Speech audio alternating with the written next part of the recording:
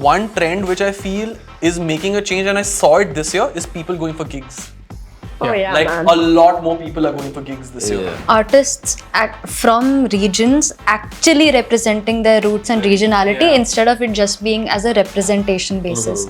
You can dictate what mainstream can be. Yeah. So right now, whatever you make can blow up. You don't have to sort of make something, whatever is in the mainstream for your song to be mainstream. With every collaboration, you have to relearn how to leave your ego at the door. Yeah. 100%. Another 500. I don't really swear in my lyrics. In everything that I've written, I don't really swear. And he swears a lot. A lot. I think songwriting, it always starts alone, your journey. The song is like your child, and every parent wants better for their child than they do for themselves.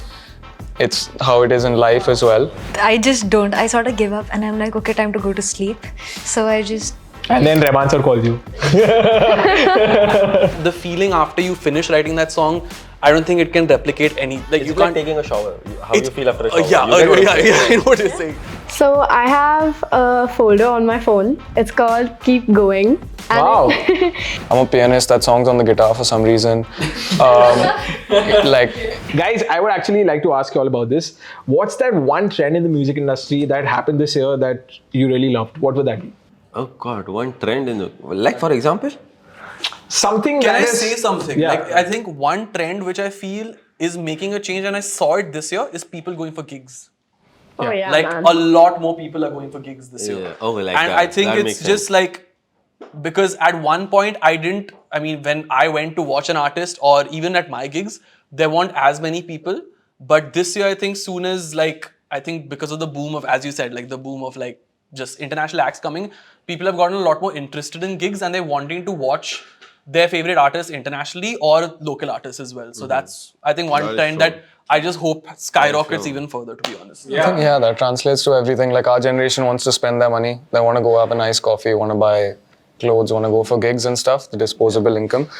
I wouldn't want to look at this as a trend. Hopefully this is here to stay, but soul music, which is what I'm making, but Olivia Dean being, Yes. able to sell out 6 nights at the O2 in London after being a BBC Introducing's Best Artist just 2 years ago, means that, good music with intricate writing and, music theory and all of this stuff, whatever it is, it can be in the mainstream. It can sound good as well, and it can be easy to listen to. So soul music and female-led soul music. So. I hope this becomes a trend, but we have more breakout English songs. For example, Don't Even Text. I think that Wait, that's a Hindi word. No, I'm not talking about it.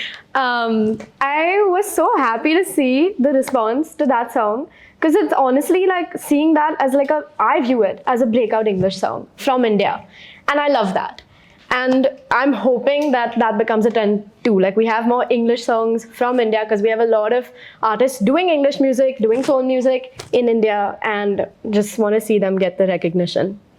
So yeah. Lovely. I think something that happened a lot more this year, or perhaps it was just my ignorance falling away, was artists from regions actually representing their roots and regionality instead of it just being as a representation basis. As in, it wasn't an artist from somewhere else who has said ki tum isko represent karo, and they have sung in that language or portrayed that culture. It was in fact artists from those grassroots levels that have actually come out to the forefront. I think that was something that I really enjoyed this year. See what I was going to say on the same lines, because right now artists are like artists always had the power to do it, but we just didn't know that you can dictate what mainstream can be. Yeah. So right now whatever you make can blow up. You don't have to sort of make something, whatever is in the mainstream for your song to be mainstream, but if whatever you are making can also be mainstream, it's what artists have realized now, and I like it working. That's a good point. Absolutely. Let's get to something that I gauge from all of you all, of course. Solo writing, collab, and cross-cultural music, of course, collaborating with Aksomaniac on Papam, blending two completely distinct sounds and cultures together, Malayalam music and Marathi music coming together. How have collaborations elevated your own songwriting? We spoke about how, Shreyas, you performing at Rolling Loud probably unlocked something within you. Of course, you all have these gigs. I'm sure YTFF performing at the YouTube Fan Fest with Tsumyoki unlocks. I named you correctly, Tsumyoki. Sumayoki. Sumayoki. Sumayoki. Yes, sir. Sorry, Nathan. Sorry. Name drop. So yeah, I feel having those moments where something unlocks within you, something that you discover about yourself, or something that you get to know about the musicality of the person that you're collaborating with. What is the best aspect of collaborating, and what's the best collab that you all have done in the recent past? So I started this series on Instagram. It's called Style by Shriya, where I style other musicians based on like a track of theirs. And it's just such a fun content piece because I get to explore with fashion, which I love, and exploring other people's fashion too. But I had this artist on recently. His name is Bhaarat. Oh, of course. Yeah. Kick-ass rapper. And followed by the styling session, like right after, he's like, listen, I have this song, I'm playing it for you, tell me if you're vibing. So I heard it, I was like, dude, this is a bop. And he's like, okay, can you do a verse? And I was like, chalo, I'll do a verse. He's like, can you write the hook? I was like, okay, cool, wrote the hook. Then he was like, and now I want you to rap in Hindi. And I was like, huh? That's not anything that I've done before. Yeah, that's the reason he's called Kambari. Yes, very funny. So, he gives really difficult homework for the people he engages with. dude, it was, and in that moment, I was like, I don't think I can do this. But I was like, what do I say? What do I say? What do I say? And I was like, chal na, let's just try something new. Before I actually did it, I was panicking, I was sweating, I was anxious, my hands are shaking without having any coffee. But after... Shout out to Ab Coffee. Oh my God. After, I felt so much calmer, and I just realized sometimes you just need people to push you at the right time. And then I just felt more confident about myself. Like that entire day, I just went home, I felt so much more confident. I think I had to go home and fill out an interview for something. I felt so confident writing those answers just because that session went so well and someone pushed me out of my comfort zone, but in the most nice way possible. So, I mean, I think that collaborations help you achieve a different level of self-confidence. Yeah. Oh, wow. Well said. How about you? I think collaborations make you like they bring मतलब तेरा कुछ अलग side जो तुझे पता भी नहीं रहता है. Yeah, like it helps you bring it forward. And more than that, it also like for me, like working with bro, Axo is like insanely gifted. I think it's something divine. He's too good with whatever he does, and anything he touches is like gold only. Anything he makes. So whenever I'm working with it, I'm just relaxing at first because I know this motherfucker will make something insane, and then we have to sit. Yeah, we have to sit and talk about it. Then I'll be able to write whatever I want. The flip side of it is that we make so much space for each other that you get to be yourself, even though you are gonna try something new. The interaction is so homely and the interaction is so what do you call it? You feel comfortable being yourself, and then you realize, oh my God, we are so two different peoples, and we are making one project, but we are able to be ourselves also, and we are able to also be something we didn't know that we could be. So that's what collaborations bring out for me, is what I think. Yeah. Nice. Yeah, I think for me, it's also just like feeding off other people's energy. Like, it's just like, for me, it's how does this person react to the same piece that we're writing versus how do I react? Correct. It's because you may view a song very differently to how I view a song. We're working on the same thing, but it just, with our thought process is very different. When it comes to songwriting, in fact, one of the biggest things of collaborating, like leaving artists, being an artist aside, even recording engineers. Like, why does this recording engineer place a mic this way versus, wait, 2 weeks ago I went to this studio, why was it placed like that for the same exact thing that I wanted to record? Ask them, figure out how they look at it. Like, then, okay, maybe that placement gives them this. It's not just like from a songwriting point of view or a performing point of view, but even these small things just build you up as an artist as a whole, to be very honest. Like, it could just be something as simple as maybe like going for a break now and then. Yeah. Like, why does this one person go for a break every now and then? At this point. At this point. Yeah, Why does, that is like, true. it's just these small nuances that you pick up from certain people. And if you want to implement it in what you want to do in a studio or on a stage or whatever it is, go for it and do it. So Correct. I think it's just like feeding off how someone else views something that you're also looking at. For sure. Wow, so well said. How about you, Gini? Of course, a major success in the form of the collaboration between Tsumyoki and Gini. Don't even text. Let's clap for Gini and Tsumyoki, guys. Come on. And actually, this round of applause is for all of y'all because it's a really interesting time and y'all are making some wonderful music.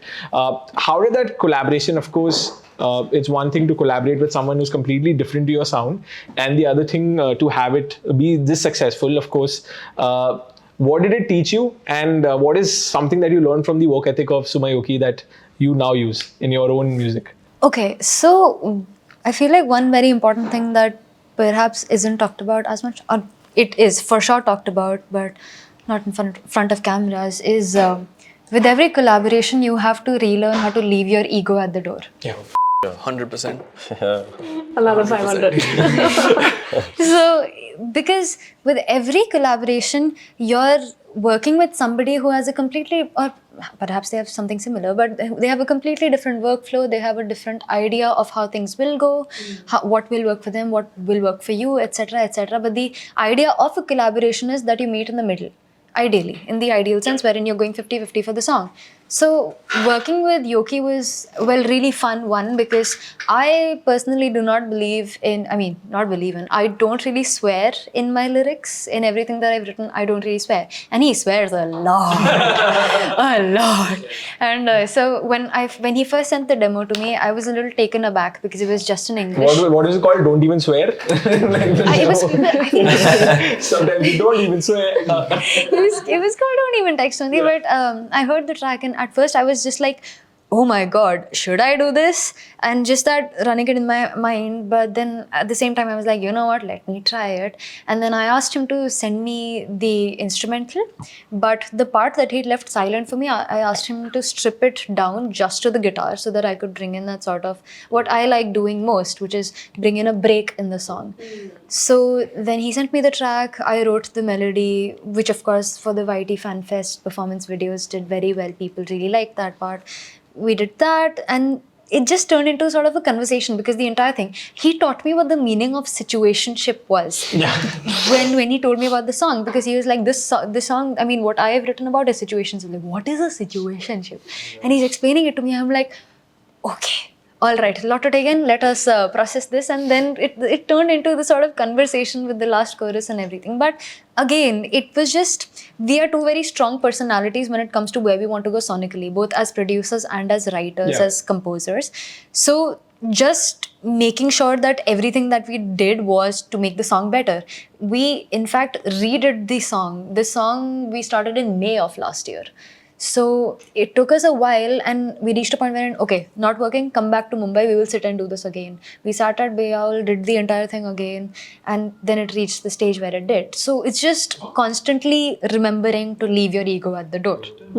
Wow. That's a great statement. How about you, Akhil? Yeah, I think songwriting, it always starts alone, your journey, because people find comfort in writing in awkward situations when times are tough or however you want to express yourself. You know, it starts in your bedroom in a super vulnerable place.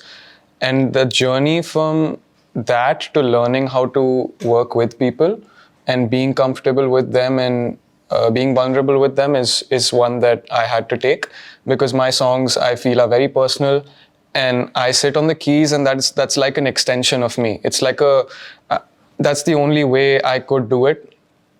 And for the first time, it's not sustainable that I'm going to only write myself for the rest of my life. No one's going to give you an award for that. The song is like your child, and every parent wants better for their child than they do for themselves. It's how it is in life as well. Wow. So I think if I'm like, this is the song, I want the best for this song. If this song needs someone else who I feel could be better than me at writing this with me, then so be it. So that's what happened with a song of mine, which I've been writing the past months. And I write very quick usually, but this one I just couldn't crack. And I'm like, I really love this. I know what this can become, but I'm not able to do it. Like I tried every day. I tried taking a break. I tried every method. And that's when leaving your ego at the door also with yourselves, that it's okay. Like you're not any worse of a songwriter. You don't have to self-deprecate because you're not able to write it the way you thought, which led me to collaborate with a writer and an artist called Anubha Kaul, who I'm writing this song with, I'm a fan first. Like, I found her on Instagram. I heard her unreleased snippets every day for like 2-3 years. It's still not out. I'm so mad at her. But we have such similar tastes, and I really want to get along with you as a person. The energies, like he said. For sure. To be able to work and to be able to connect on what that emotion is. And I sent it to her, and she sent me the best thing I've ever heard back. And I was so glad I did that, because that was my first time writing with someone. And then it just opened the floodgates, and then I wrote the second verse. I'm like, hell yeah, this is what this needed, and made me much more open to writing with people. And you synergize, and you realize that, yeah, you want the best for the song, and collaboration. So that's as a writer. And then obviously collaborating with other people voluntarily outside that. For me, that strength is my keys, and my background is in classical piano. I always thought I would just be a pianist. I was basically just collaborating with people my whole life before I started singing or writing, right? You're behind on the stage, or you're playing for people, you learn how to work with people. And there's not a lot of us in India. So I feel like you can put me in a room with someone that's doing hip hop, or that's doing pop or R&B, or Hindi or English or Spanish, but I will come out with something with you because that is my medium, and I'll be able to collaborate with you. I'll learn a lot in the process. Wow. So those two aspects, I think. Wow, so well said. Let's talk about this. Akhil, you just mentioned the fact that sometimes some tracks take time. You could have a general speed about how you complete your work and how you sort of finish your work, and you feel it's a finished product. But there's a lot of self-doubt that creeps in from time to time. It could be dictated by external circumstances or your own expectations. How do you sort of navigate or counter self-doubt?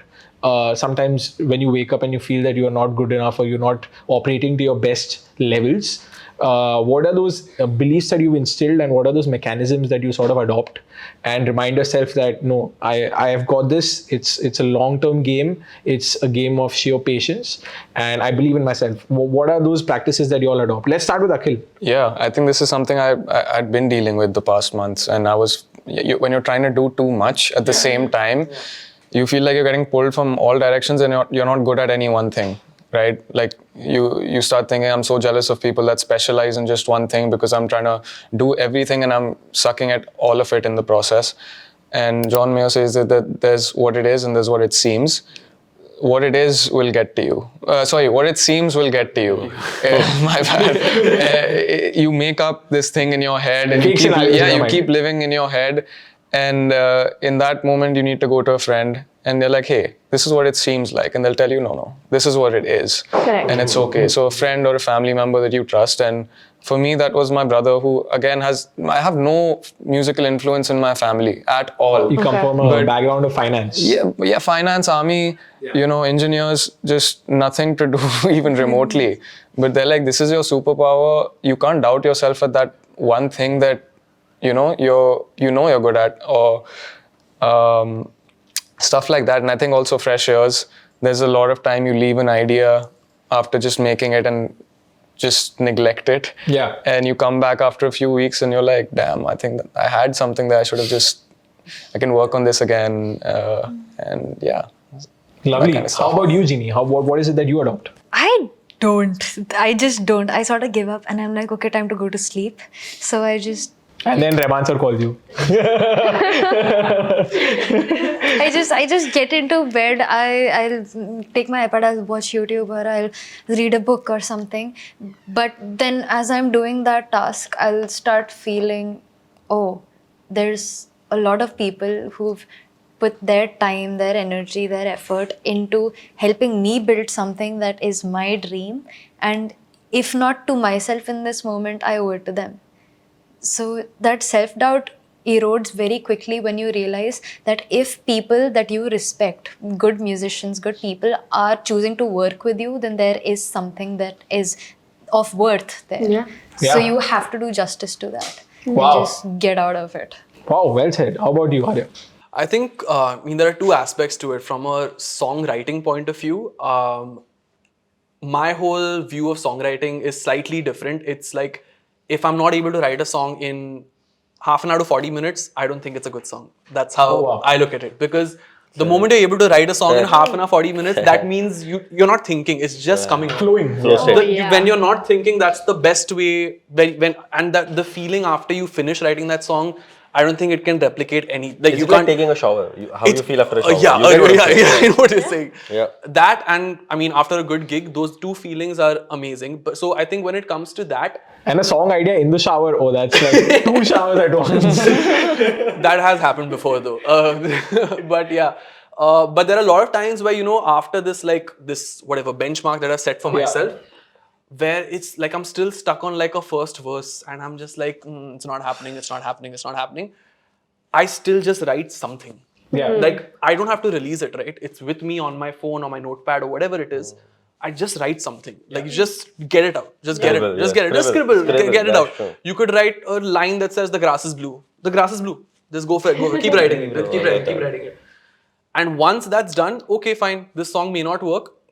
Maybe the melody is fine. Keep it for someone. Play it to someone. Like how Akhil said, like just leave your ego at the door. Maybe someone else looks at this song slightly differently.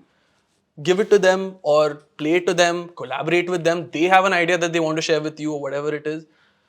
That's one part of looking at it. Now, from a performance point of view, I think that just comes down to like practice. Like I just feel like the more you perform, the more you get more confident. I mean, once you kind of reach that limit where you're feeling like, okay, maybe this gig didn't go well. Everyone's going to have gigs that don't go well, to be honest. It's going to be that 1 out of like 5 or whatever, 1 out of 3 or 1, whatever it is. But do you enjoy yourself being on stage? Yeah. That's one question I asked myself. Did I enjoy myself being on stage? Sometimes the answer, in fact, could be no. Like, I just didn't enjoy being on stage. But if you're confident that you've done whatever it takes to give your 100% or 110% on stage, that's enough of it for you, honestly. That's fine. Maybe this gig didn't go the way you planned it. And there have been quite a few gigs that didn't go the way that I imagined this gig would go. Sure. But the moment you overcome that, I think that's just like one way of like getting through it. And the next gig, I mean, at least for me, the moment I play the gig after that, it's just been like, okay, this is everything I wanted in the gig. It has a bit of a grounding effect on you as Yeah, well. Like exactly. you're a little more anticipatory to what can happen, and you're a little more sure about the sound check should be in place or maybe something like that. Exactly. How about you, Shreyas? I think I live it up to my friends, like friends I like really trust and work with. I was just thinking about this song that I did with Dev, Chingari, right? Yeah. When I wrote the hook for it, I was not very confident about it. I was not feeling that it is it because I was thinking multiple things. I was thinking there's too much words in it, it's too much fast pace, etc., etc. But then we sat on it for 20-25 days and Gautam was telling me, bro, this is it. I don't think you have to write a different verse. So I said, okay, ठीक है, अभी रख देते. Let's see, I'll record the verse and if I get another idea, then maybe we'll try that also. So he's like, okay, you try if you want to try it, but I think this is it. And when we released the song, everybody loved it. I was just not liking it because I don't know, it could be any whatever reasons. But when you have people who you also trust that they know enough that they can tell you what is right and wrong, so you just leave it up to them. And so it's good to have those kind of like people in your circle, etc. is what I feel. Absolutely. How about you, Shreya? So I have a folder on my phone. It's called Keep Going. And Wow. it just has screenshots of any messages that, a close friend, family member, one of my mom or dad, my best friends, or a fan has sent to me that has reminded me to keep going. Like very, very distinct messages. And it has a few baby pictures as well. It has moments where maybe I mark as like, milestones in my career. I look at that anytime I feel really, but I only open that photo when I feel really broken. I don't like to look at it because I want to stay grounded and I want to keep going and, like a horse with like the blinders, I want to keep going. But that is a photo. But that photo really has gotten me through a lot. And another thing is, like you're saying, people that are close to you, their opinion matters so much. So like for me, my dad is my person. And anytime I've gone to him and I've just been like, listen, this month has been really dry. Maybe like I've not gotten a lot of gigs or like a song hasn't done as well as it should have. My dad will write up this newsletter. And he will, with pictures, and he writes it. And he doesn't ask me for anything. It's everything he's observed that I have done in the month. It could be that I went to this NGO and I held a fundraiser for them, music, whatever. It could be like random stuff, like I adopted a cat this week, something like that. And he puts this together and then he'll just send it. He won't show it to me. And then I get it in my email. And it is Wow. the best reminder. I'm so grateful that I have So grateful for his people Canva like that in my subscription. life. ChatGPT working So overtime. cool, man. But I Wow. think having people in your corner who will tell you, okay, this is not very good or this is really good. Absolutely. You just need both of them. Like that's one Yes. way of just like kind of like pushing past. Like, theek hai, this may not have gone as well. Let's rework it. Like, Those confidants. Yeah, exactly. But this is such a heartwarming thing, man. I mean, kudos to Shreya's dad. It is really cute. I Shout mean, out to him. this is absolutely I phenomenal. want to give an example about this that I released my first song 4 years ago and I recorded it on an Apple mic in like a shower. The worst conditions ever. Did not know what mixing, mastering, producing, anything is. I'm a pianist. That song's on the guitar for some reason. Like it's just a very sad, first heartbreak song. Did not know how to sing at all. Still don't, but like little better. But at that time, though, very bad. And it's out. And it's one of my most streamed songs for some reason because you don't know what the audience likes. What's the name of the track? It's called 1368, right? Okay. It's about long distance relationship, blah, blah. Right. And I did some mad marketing for it during COVID time when I was 18. Independent. Like I made everyone post, like wherever they can see these numbers online, and then everyone started posting it all over. And I forgot about this song completely, and there are times where I hear it, I cringe and I'm like, what have I done? Like I'm removing this off all streaming platforms. This week I got a message that was someone's #1 song on their Spotify Wrapped, and like how they keep listening to it and they've been listening to it, and I'm like, okay, this is Wow. so you make this thing up in your head, and it's a lot inside your head that this sucks and I suck and like this is super bad. What it seems and what it is very different. Like, and my friends are still like, it's our favorite song of yours, so they don't care I love that. about the mixing, mastering, and your mic and whatever. They're like, the melody is solid, so I'm like, hell yeah, You okay. see those receipts of like 2 lakh rupees studio session. Apple, your phone Which best. studio are you going to? I don't know. But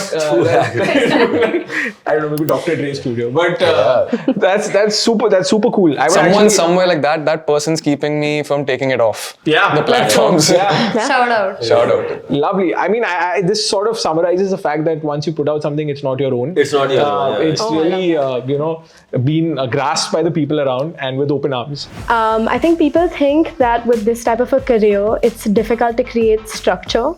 But I actually think that structure is what's helped keep me really sane and looking forward to waking up tomorrow and having an organized day. You need to really love what you do as a musician to wake up every morning and want to go at it again, and have discipline to hold yourself accountable. If I can answer in 5 to 10 years saying, am I really happy right now with where I'm at with my music? And the answer is yes, I think I've done a good job. I want to do more independent music, and by that I don't mean like just doing indie music. I mean I want my life to be independent from music. If the internet were to disappear, who would you be? Wow. Literally want to say that. I was thinking that like right now. It's like Shreyas and Gini are having a competition about who has the hardest code today. 94.3 Radio 1.